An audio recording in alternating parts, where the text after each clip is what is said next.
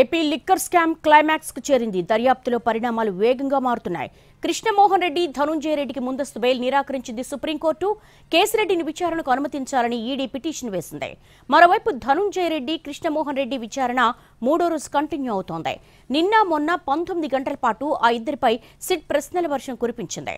ఈ క్రమంలో supreme bail తిరస్కరించడంతో ఈ కేసులో సిట్ తర్వాతి స్టెప్ ఏంటి అన్నదానిపై ఉత్కంఠ నెలకొంది. ఇప్పటివరకు ఈ కేసులో 5గురు అరెస్ట్ అయ్యారు.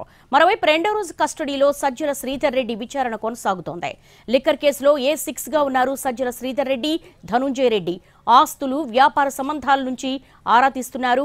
మొత్తంగా లిక్కర్ స్కామ్ సూత్రధారులు, పాత్రధారులు, అంతిమ లబ్ధిదారులపై సిట్ ఫోకస్ చేసింది.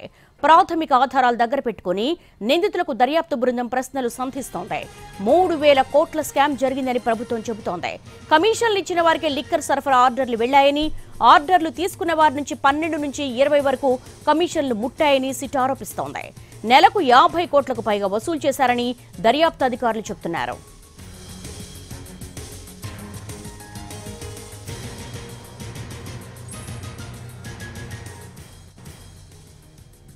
ఏపీ లిక్కర్ స్కామ్ క్లైమాక్స్ కు చేరింది. దర్యాప్తులో పరిణామాలు వేగంగా మారుతున్నాయి. దీనికి సంబంధించి మోర్ డీటెయిల్స్ మా ప్రతినిధి శ్రీకాంత్ అడిగి తెలుసుకుందాం. శ్రీకాంత్, ఎవరిని ఈ రోజు ప్రశ్నించబోతున్నారు? ఎలాంటి కీలక సమాచారం బయటికి రాబోతోంది? ఏపీ లిక్కర్ స్కామ్కు సంబంధించి సిట్ విచారణ అయితే పూర్తి స్థాయిలో కీలక దశకి చేరుకుందని అయితే చెప్పుకోవచ్చు. ఈ కేసుకు సంబంధించి ఇప్పటికే 5గురు అరెస్టు కూడా సిట్ అధికారులు చేసిన నేపథ్యంలో ఇప్పుడు తాజాగా అరెస్టుల పర్వం అయితే కొనసాగే అవకాశాలు ఉన్నట్టుగా అయితే మనకు స్పష్టంగా తెలుస్తూ ఉంది. ఎందుకంటే ఈ కేసుకు సంబంధించి గత 2 రోజులుగా కేసులో A30గా ఉన్నటువంటి మాజీ IAS అధికారి ఎవరైతే ఉన్నారో ధనుంజయ రెడ్డి, అదేవిధంగా మాజీ సీఎం జగన్మోహన్ రెడ్డి OSD కృష్ణమోహన్ రెడ్డి, వీళ్ళిద్దరినీ కూడా 2 రోజుల నుంచి కూడా సిట్ అధికారులు ప్రశ్నిస్తున్న పరిస్థితి కూడా ఉంది. ఇవాళ 3వ రోజు ఉదయం 11 గంటల నుంచి కూడా ఇద్దరిని సిట్ అధికారులు ప్రస్తుతం మనం చూస్తున్నటువంటి విజయవాడ సిట్ కార్యాలయంలో ప్రశ్నిస్తున్నారు. ఈ నేపథ్యంలో ఇవాళ వరకు కూడా వాళ్ళకి అరెస్టు చేయొద్దని చెప్పి సుప్రీంకోర్టులో ప్రొటెక్షన్ కూడా ఉంది. కానీ కొద్దిసేపటి క్రితమే జరిగిన విచారణకు సంబంధించి ముందస్తు బెయిల్ ఈ దశలో ఇవ్వలేమని సుప్రీంకోర్టు కూడా చెప్పిన నేపథ్యంలో ప్రస్తుతం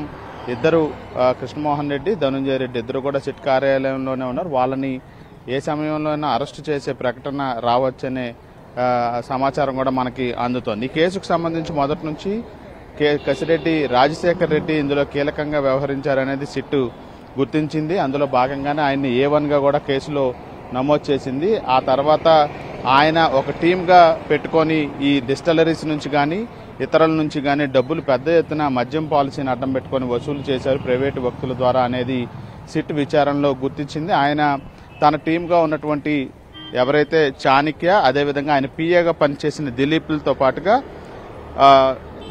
A6గా ఉన్నటువంటి సజ్జల శ్రీధర్ రెడ్డిని కూడా సిట్ అరెస్ట్ చేసింది. అయితే డిస్టిలరీస్ నుంచి డబ్బులు వసూలు చేసిన వ్యవహారం, ఆ తర్వాత ఆ డబ్బుని వేరువేరు మార్గాల్లో పెట్టుబడులు పెట్టిన వ్యవహారం, ఆస్తులు కొనుగోలు చేసిందనే అంశం ఏదైతే ఉందో ముడుపులతో, ఆ అంశానికి సంబంధించి చార్టెడ్ అకౌంటెంట్గా ఉన్నటువంటి బాలాజీ గోవిందప్పను కూడా పోలీసులు 2 రోజుల క్రితమే అరెస్టు చేశారు. ఆయన ఈ కేసులో A33గా ఉన్నారు. ఇక ఈ ముడుపులు చివరికి కృష్ణమోహన్ రెడ్డి దగ్గర కూడా చేరాయి అనేది కూడా రాజ్ కసిరెడ్డి రిమాండ్ రిపోర్ట్లో కూడా సిట్ అధికారులు ప్రస్తావించిన నేపథ్యంలో ప్రస్తుతం కృష్ణమోహన్ రెడ్డి కూడా ప్రస్తుతం సిట్ అధికారుల దగ్గరే ఉన్నారు. ఇక ధనుంజయ రెడ్డి మద్యం పాలసీ వ్యవహారంలో కీలకంగా వ్యవహరించారు. ఆయన తీసుకున్న నిర్ణయాల్లో భాగంగానే ఇదంతా జరిగిందనేది కూడా సిట్ ఆరోపిస్తూ వస్తుంది. మొత్తం 3,200 కోట్లకు పైగా కుంభకోణం జరిగింది. మొత్తం డబ్బుని ఒక వ్యవస్థ ద్వారా బాలాజీ గోవిందప్ప వేర్వేరు మార్గాల్లో మళ్లించారు.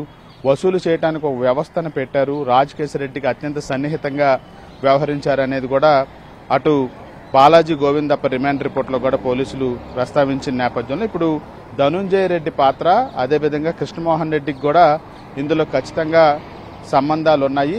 ఈ నిర్ణయాల వెనక, ముడుపుల వసూలు వెనక, ఆ తర్వాత డబ్బుల మళ్లింపు వెనక కూడా వీళ్ళ పాత్ర ఉందనేది ఖచ్చితమైన ఆధారాలు ఉన్నాయనేది సిట్టు సేకరించిన నేపథ్యంలో వాళ్ళకి సుప్రీంకోర్టు నుంచి ప్రొటెక్షన్ కూడా ఇప్పుడు ప్రస్తుతం లేని నేపథ్యంలో ఇప్పటికే సేకరించిన ఆధారాల సాయంతో వీళ్ళిద్దరిని కూడా ఇవాళ అరెస్టు చేసే అవకాశాలు ఉన్నట్టుగా అయితే మనకి తెలుస్తోంది. సిట్ అధికారుల నుంచి ఎటువంటి సమాచారం కూడా అధికారికంగా ఇప్పటివరకు రానప్పటికీ నిన్న రాత్రి 11:30 గంటల వరకు సుమారు 12 గంటల పాటు వాళ్ళని సుదీర్ఘంగా విచారించారు.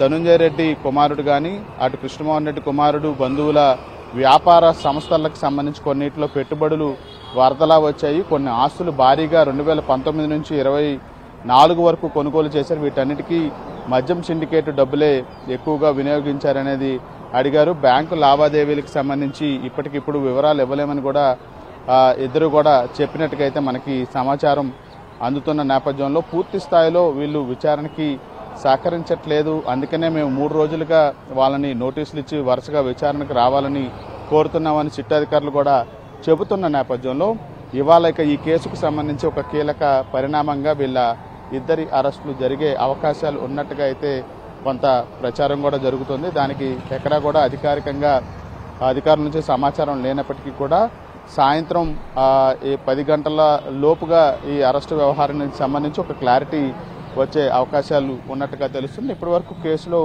5గురిని అయితే అరెస్ట్ చేశారు. మరి ఇవాళ అరెస్టుల సంఖ్య పెరిగే అవకాశాలు ఉండొచ్చనే సంకేతాలు అయితే మనకి తాజాగా జరుగుతున్న పరిణామాలతో అయితే అర్థమవుతుంది. దేవి శ్రీకాంత్, నెక్స్ట్ స్టెప్ సిద్ధి ఏ విధంగా ఉండబోతోంది? ఇటు చూస్తే కృష్ణమోహన్ రెడ్డి ధనుంజయ రెడ్డికి సుప్రీంకోర్టు బెయిల్ నిరాకరించింది.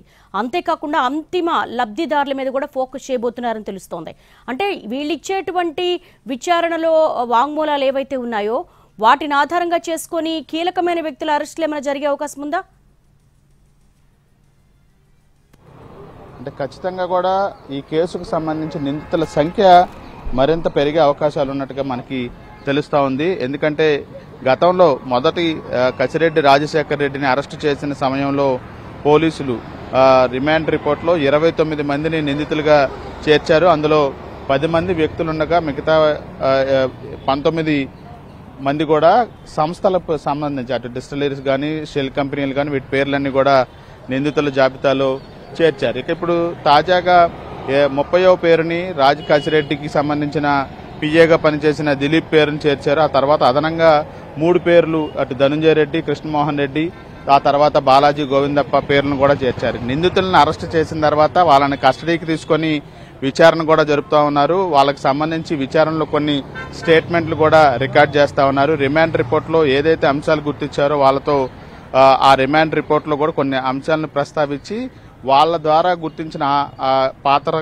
కొత్త వ్యక్తుల ప్రమేయంతో పాటు అప్పటికే విచారణలో గుర్తించినటువంటి వేరే వ్యక్తుల పాత్రను కూడా ఈ రిమాండ్ రిపోర్ట్లో ప్రస్తావించి ఆ తర్వాత నిందితులుగా కొత్తగా అక్యూజ్డ్ లిస్టులో కూడా చేరుస్తున్న నేపథ్యంలో ఈ మొత్తం స్కామ్కు సంబంధించిన డబ్బు చివరికి ఎవరికి చేరింది అనేది ఇప్పటి వరకు లాస్ట్గా నిందితులు ఉన్నటువంటి 31, 32, 33 ఈ ముగ్గురు ఎవరైతే ఉన్నారో ధనుంజయ రెడ్డి, కృష్ణమోహన్ రెడ్డి, బాలాజీ గోవిందప్ప వీళ్ళ దగ్గర నుంచి స్టేట్మెంట్లను నమోదు చేసి కీలక వ్యక్తులను అరెస్టు చేయడానికి సిట్టు ముందడుగు వేసే అవకాశాలు ఉన్నట్టుగా, ఇందులో కీలకంగా ఇవాళ జరిగే వీళ్ళిద్దరి అరెస్టులే ఒక కీలక పరిణామంగా ఉండే అవకాశాలు ఉన్నట్టుగా అయితే మనకి సమాచారం అందుతుంది. దేవి ఈ నేపథ్యంలోనే పూర్తి స్థాయిలో అటు పోలీసులు కూడా ప్రస్తుతం వాళ్ళు అందుబాటులో ఉన్నారు కాబట్టి వీలైనంత వరకు వాళ్ళ దగ్గర నుండి సమాచారం సేకరించే ప్రయత్నం చేస్తూ ఉన్నారు.